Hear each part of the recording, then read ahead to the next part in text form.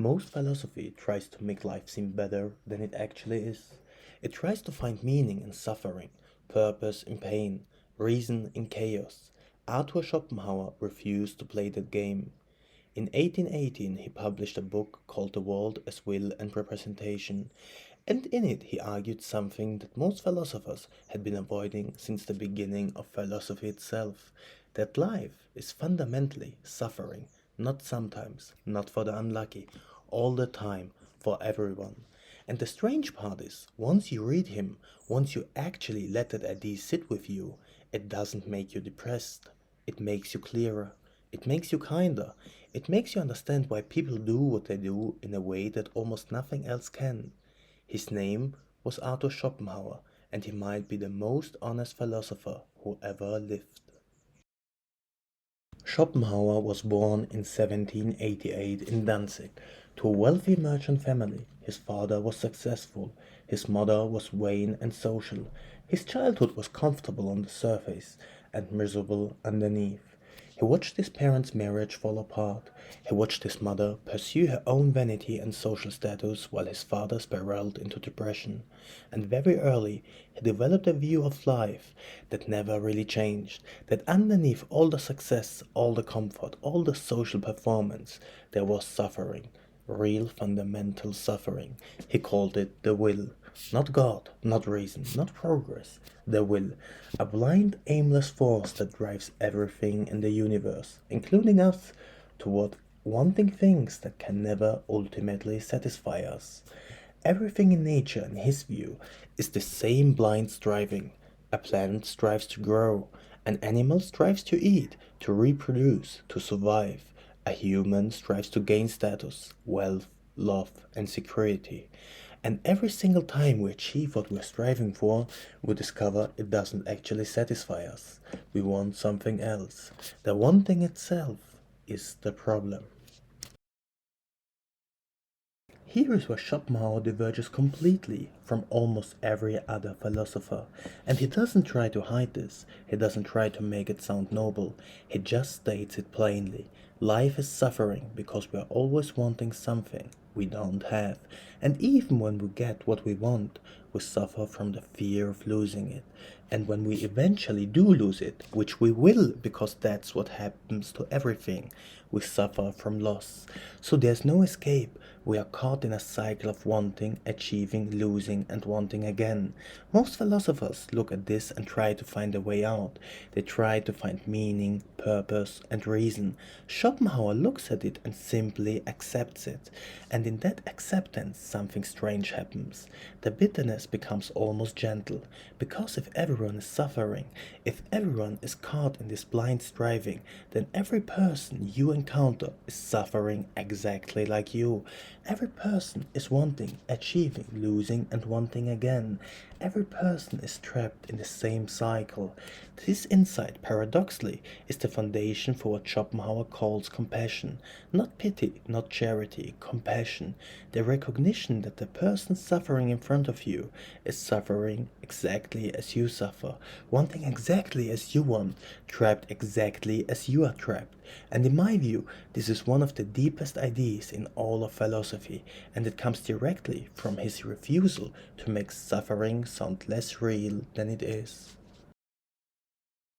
Schopenhauer's life itself is instructive in understanding his philosophy. He was wealthy enough that he never had to work. He could have lived comfortably, surrounded by people, pursuing social success. Instead, he chose isolation.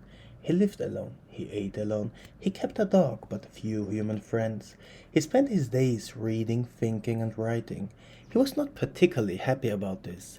He was not pretending to be an enlightened hermit finding peace in solitude. He was simply being honest about what his philosophy required. That if life is fundamentally suffering, and if most of that suffering comes from wanting, from social competition, from the will driving us toward things that can never satisfy us, then the least damaging way to live is to minimize your participation in that game.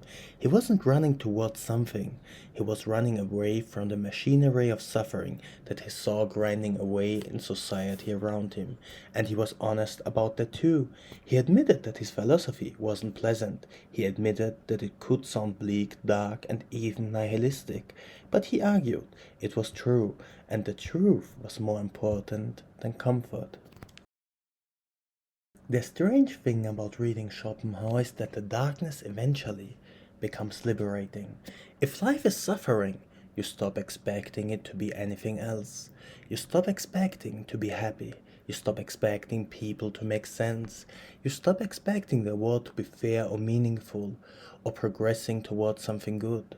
And once you have let go of those expectations, something quiets down inside you.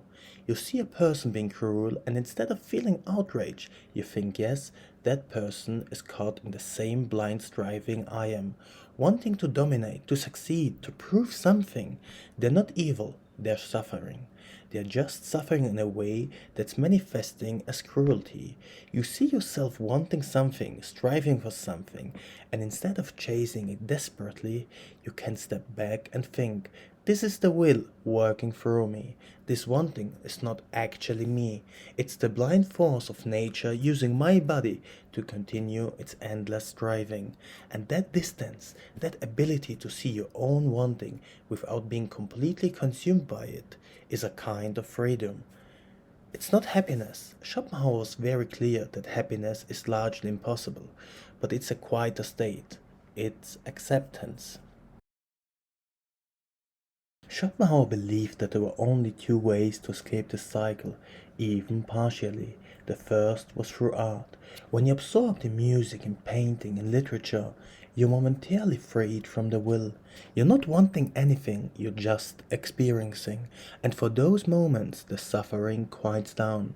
The second was through asceticism, through deliberately denying the will, through refusing to participate in its games. This is what he saw in certain religious figures, in philosophers who had renounced the world. He wasn't saying everyone should become a monk, he was saying that to the degree that you could step out of the machinery, you would suffer less. And he was honest about how difficult this is. The will doesn't want you to escape it. The will wants you to keep striving, keep wanting, keep participating. So resistance to it requires constant effort. It requires vigilance. It requires an almost austere honesty about what's actually happening when you want something, when you compete with someone, when you try to impress someone. It requires seeing through the pretense. What I find most striking about Schopenhauer is that his darkness somehow contains more genuine compassion than most optimistic philosophy. He's not trying to convince you that everything happens for a reason, that suffering is educational, that life is progressing towards something better. He's not trying to make you feel better by lying to you. He's simply acknowledging, yes, you suffer. Yes, it's hard. Yes, it probably won't get better. And because of that, when I see another person suffering, I understand them completely. There's no judgment in Schopenhauer, there's only recognition. And I think, in an age where we're constantly being sold meanings, purpose, reasons, narratives, it's almost shocking to read a philosopher who just refuses, who looks at life squarely and says, this is hard and that's okay. You don't need to pretend it isn't. Schopenhauer believed that most suffering comes from wanting things we don't have, or fearing the loss of things we do have. If you accepted that this was simply how the will works, that it was inevitable, would that make you suffer more or less? Would acceptance of suffering actually reduce it? Let me know in the comments. Arthur Schopenhauer died in 1860, alone, in his apartment in Frankfurt. He had lived a solitary life. He had refused most of what society told him to want. He had pursued philosophy instead of comfort, clarity instead of happiness. By conventional measures, his life was a failure. He never married, he never had real friends, he was often poor despite his family wealth. He spent most of the time thinking and writing, alone. But he left behind one of the most honest philosophies ever written. A philosophy that doesn't try to make suffering sound good, that doesn't try to find silver linings, that simply says, yes, this is hard. Yes, it's unfair. Yes, everyone is caught in it. And because of that, let's at least be kind to each other. That's not optimism, but it might be something better. It might be true.